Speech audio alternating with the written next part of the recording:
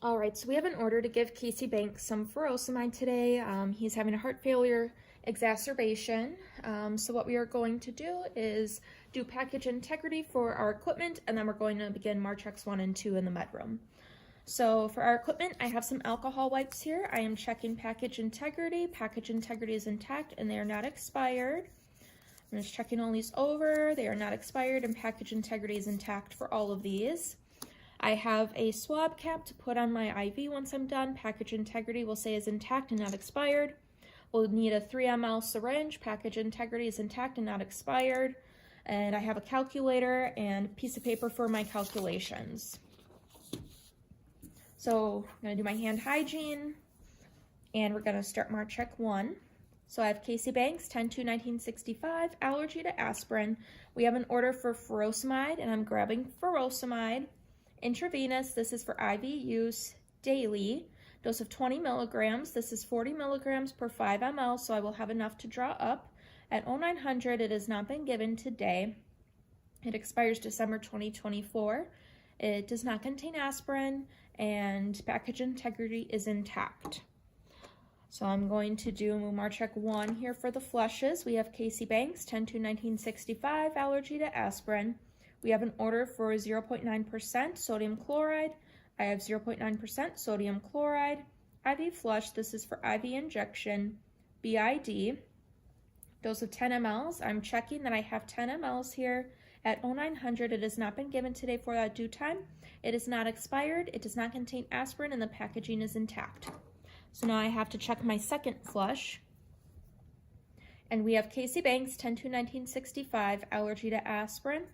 We have 0.9% sodium chloride, and I have 0.9% sodium chloride. IV flush, this is for injection, BID, dose of 10 mLs, and I'm checking I have 10 mLs here at 0900. It has not been given today for that due time. It does not contain aspirin, and it's not expired, and package integrity is intact. So at this time is when I would do my calculations. So checking the drug book, I was able to see that furosemide can be given over 2 minutes. So I need to figure out first how much of the furosemide I'm going to draw up. So I have 5 milliliters over 40 milligrams. That's the concentration of the vial that we have. 20 milligrams is how much I need. So if I multiply that across, I get 100 over 40, which gives me 2.5 mLs of volume that I will draw from my furosemide vial. So because we're going to give this medication over 2 minutes, we're going to determine how fast we're going to give that every 15 seconds, or how much volume we'll give every 15 seconds. So in 2 minutes, there are 8 15-second intervals. So I'm taking 2.5 mLs divided by 8, gives me 0.31. So I'm going to give 0.3 mLs of the furosemide every 15 seconds. While I'm here, I'm also calculating the rates of my flushes. So I have 2 different flushes. So the first one is going to be the full 10 mLs that we'll give. We're doing this before we give the medication. So I have 10 mLs, we're giving it over 1 minute or 60 seconds. I'm going to push 1 ml every 6 seconds. So for our second flush, we have to remember that we're going to be pushing Lasix through the IV. So in our extension tubing enclave, there's going to be 1.5 mLs of volume that will still have the Lasix in it. That hasn't been pushed into the vein. So for the first 1.5 mLs of our second flush, we're going to give that over 2 minutes because there's still medication in the IV tubing. So 1.5 mLs over 8, because there's 8 15-second increments in 2 minutes, it's going to give me 0.18 mLs, and I'm going to round that to 0.2 mLs every 15 seconds. So after that 1.5 mLs of my second flush is complete, I am then left with 8.5 mLs. We're going to give this over 1 minute, which means I'm going to push 1 ml every 8 seconds. We're giving 8 mLs because we're leaving 0.5 mLs at the end. So 1 ml every 8 seconds, leaving 1/2 of an ml into the flush so that we don't bottom out the clave. So after this 1.5 mLs, we have 8 mLs left in our syringe for our second flush because we're leaving half an ml in the syringe so that we don't bottom out the clave. So 8 mLs over 60 seconds. We have 1 ml every 8 seconds for our second flush. So at this point, what I'm going to do is we're going to draw up our furosemide in our syringe here. So I'm going to clean the vial for 10 to 15 seconds.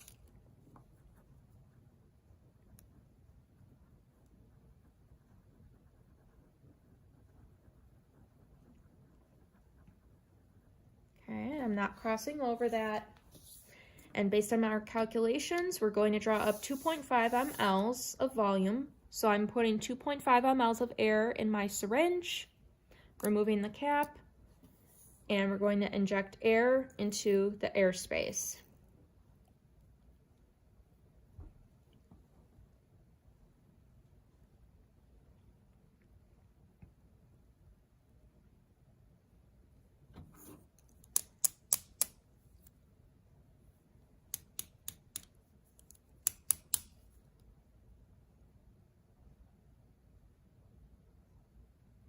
All right, so I have 2.5 mLs of furosemide. I'm going to recap my needle without crossing over.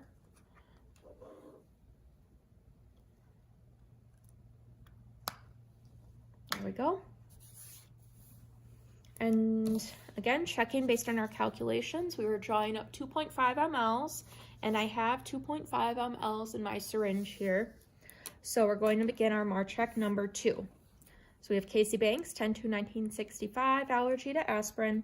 We're giving furosemide, and I have furosemide intravenous. This is for IV use daily. Dose of 20 milligrams. This was 40 milligrams per 5 mLs, and based on our calculations, we were drawing up 2.5 mLs. Checking with my syringe, I have 2.5 mLs at 0900, and has not been given today for that due time. We're going to do MARCHEC 2 for flush number 1. Casey Banks, 10/2/1965, allergy to aspirin, order for 0.9% sodium chloride. I have 0.9% sodium chloride for IV flush. This is for injection, BID, dose of 10 mLs. I have 10 mLs in my syringe at 0900. It has not been given today for that due time.